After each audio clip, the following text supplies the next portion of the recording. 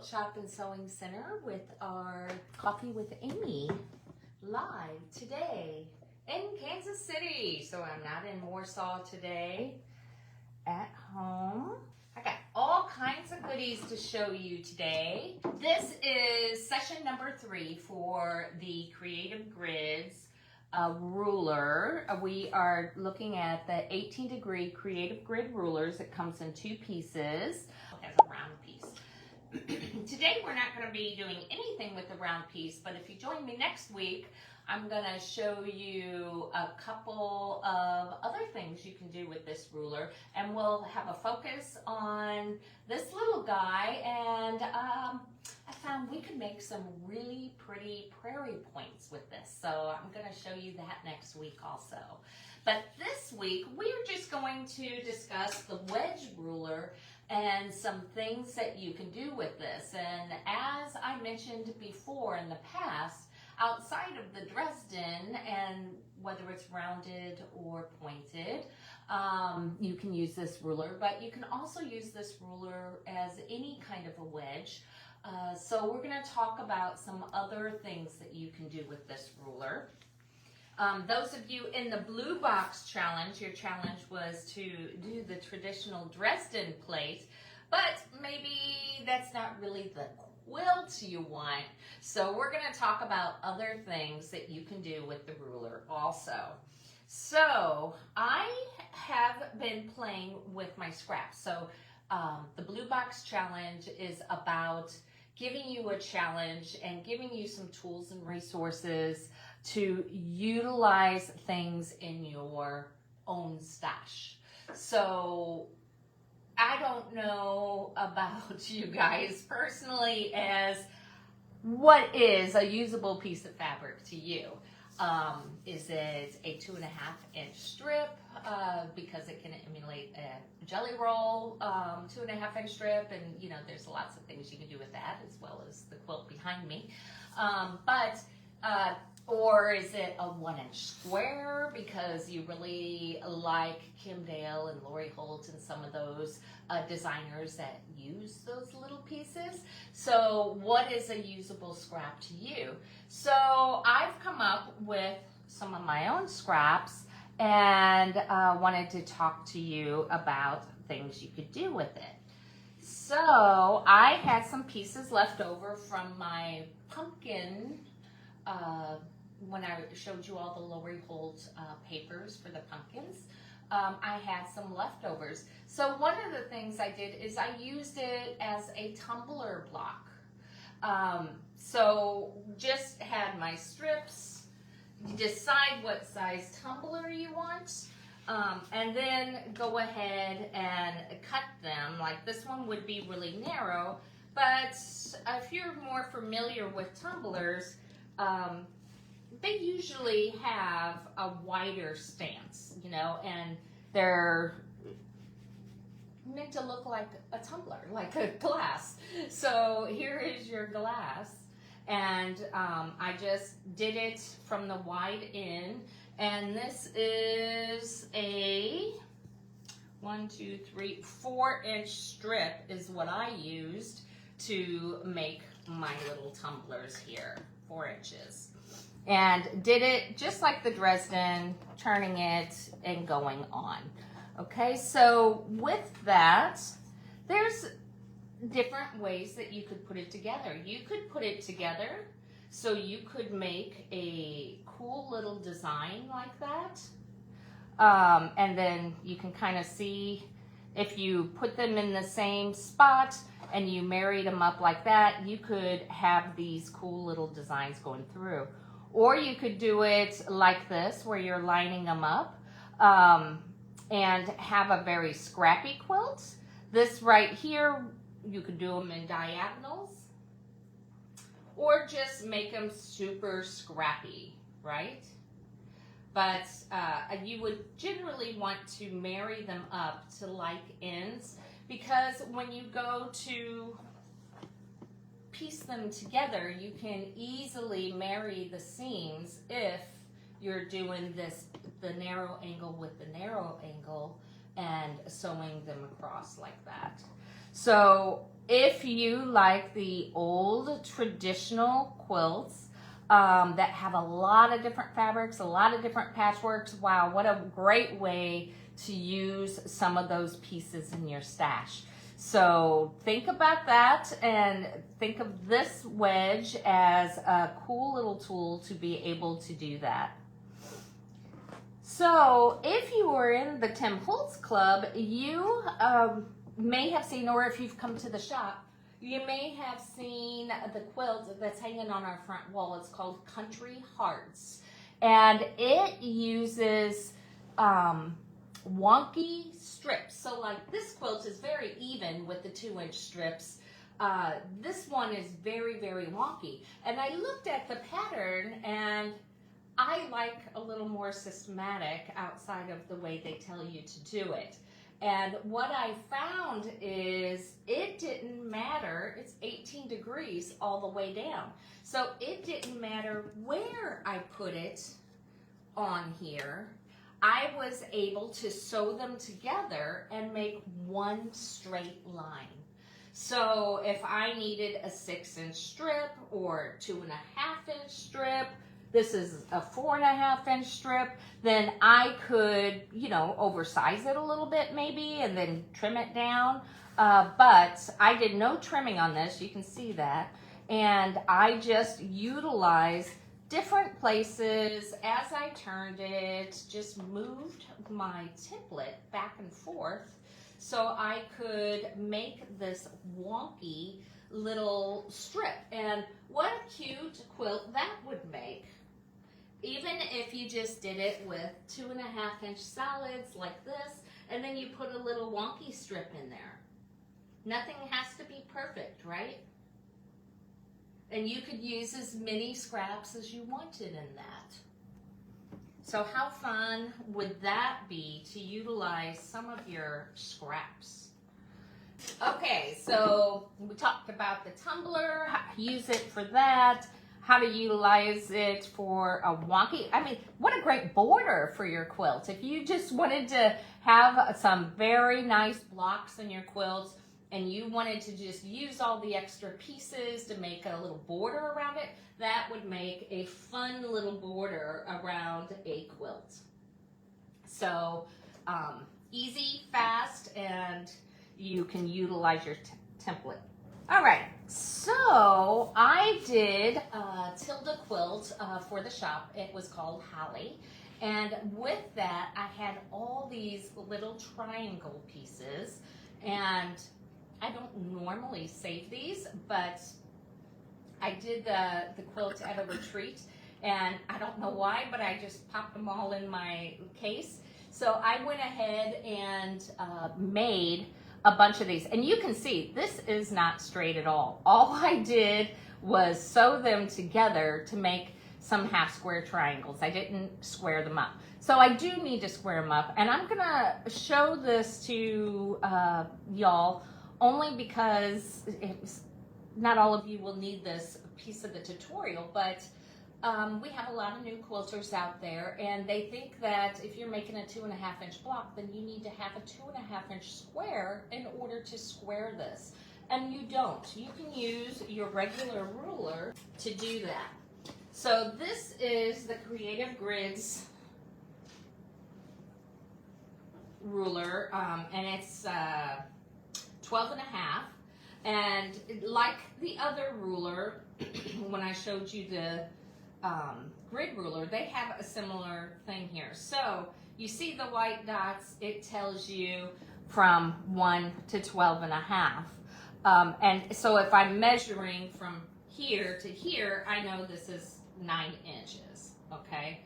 But if I were measuring it from the black side, I would be looking at the black dots, which are in 1/2-inch increments, and that's because it starts with a half and then goes up. And we have a tendency to see backwards, so make sure when you're using one of their rulers that you're utilizing the numbers that are facing you. Okay, so this is facing you, this is facing me. So if I wanted to measure this, I would use the black dots, and I would know that this is 9 inches because I'm right here between 8.5 and 9. Okay, and if I came here, and it's true on the white side facing you, it's 9. I also like it because it has the white and black. So if you're on light or dark fabric, it shows nicely. So I was going to show you that this also has a 45-degree angle. It has it in the black and it has it in the white. And I'm going to utilize that to square up my block. Let me see here. Got to get it in the right angle. Okay, so this, the black is facing me. Now, if I were left-handed, I would probably go this way, okay? And I'd go to 2.5. I would line up the white on my sewn diagonal, okay? And I would get it to where I could see 2.5 all the way around it, right? But I'm right-handed, so I have to go over here. All right. So here's my half, 1, 2, and I see the black is facing me. So I know I'm at 2.5, 1.5. All right, I'm putting the black line on my, and you can see how off it is. But see, I'm still on for, and this adds the half, so this is my 2.5 right here. Okay, so you can see I came right down in there, and I have, now I put it on the 2.5 on the top and the bottom, which is right there. So my 2.5, 2.5, while my diagonal stays at the 45. And then I have a perfect little 2.5 inch block. So again, it doesn't have to be straight, okay? As long as it's bigger than 2.5, I can always get it to the 2.5 that I need.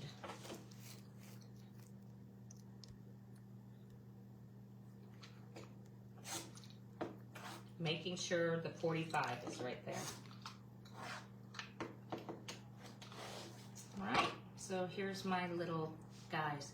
So I sewed all those together and I made a little pad that looks like this. And then also I had these scraps left over from the holly quilt. So I just sewed one on each end. So now when I use my wedge, and this is where I have a little trouble cutting because I do have a nick in this. Oh, good.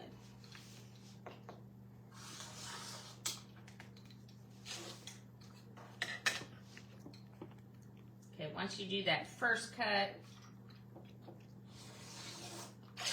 you just turn the ruler and keep going. So I utilized just a bunch of scraps to make these cute little blocks. And I showed you this before, and that's what I did here too. My grandmother left me a bunch of fabrics in these blue grays, and I just pieced them all together and I did a little wedge. I had a piece down here and I had coral up there. So half the blocks have the coral and the solid, and the other half of the blocks have the coral right here and the solid on the outside with the solid in between. So a great way to utilize some of your scraps to make a cute little scrappy, oops. And you would make 2 different blocks, right? Oh, I did a bigger one. Hold on a second. So you can go around. This one oh, I guess I should point this out. So this one I just had leftover small strips.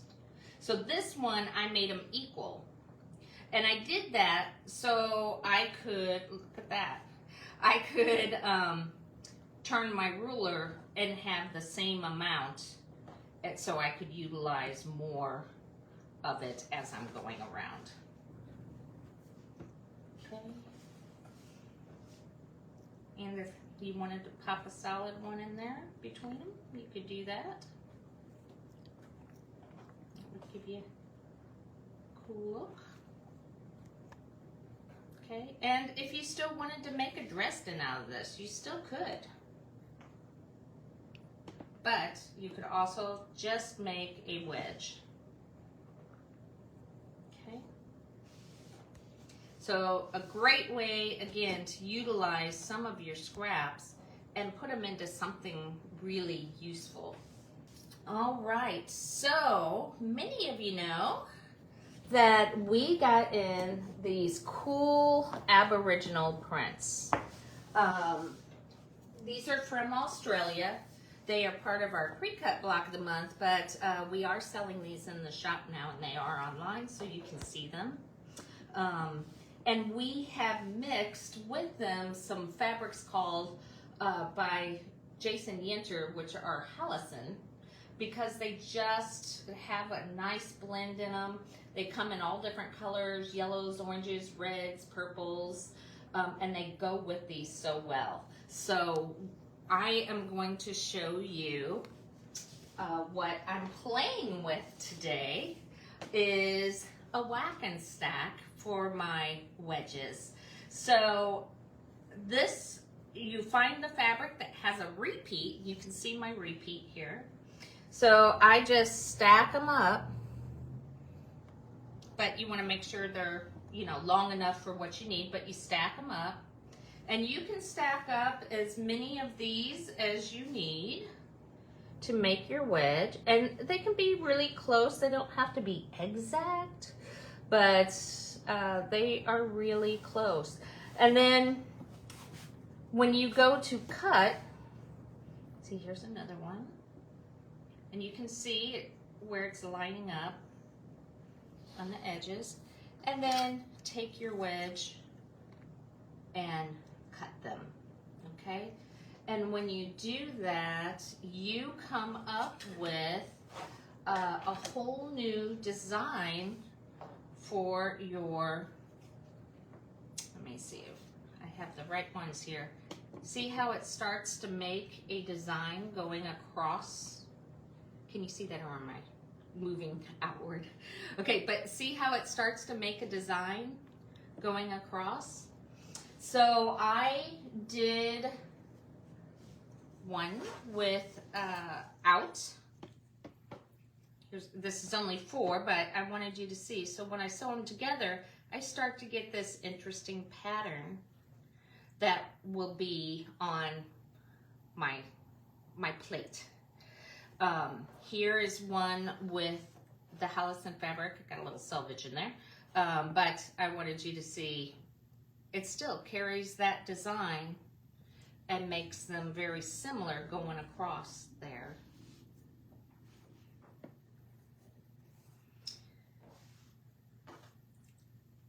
So another, if you have a big piece of fabric with repeat, that is something you can do with that. The other thing is, if you start to make this block and you go, don't know about that, you know, I am okay with whacking. So I'm putting my line right there, or you can do it so it comes to a corner.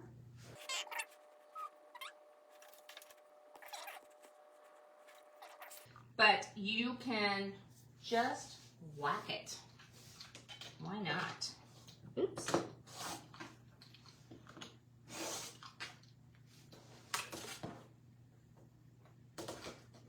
All right, this is a 6.5 inch ruler, so let's just make a 6.5 inch square. Oops, let me get the whole thing.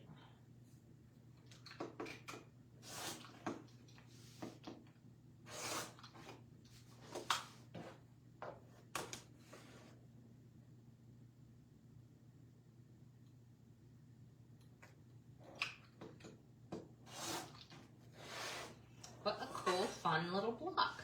So if I had a bunch of these, I could move them around and have half of them going this way, half of them going this way. You could have a lot of fun, again, with some scraps. Or if you have a couple Dresdens that you were making, you went, don't know that I like that. You can maybe cut them up and use them for a table topper or anything. Make a pretty quilt. So I think that's all I have to show you today regarding the wedge ruler. But join me next Monday when we talk about the circle and I look at how we're going to make some prairie points out of that. So I think that's all I have for you today. Please like and share our video. And I am doing Coffee with Amy again next Monday. And I hope you will join me then. Bye-bye now.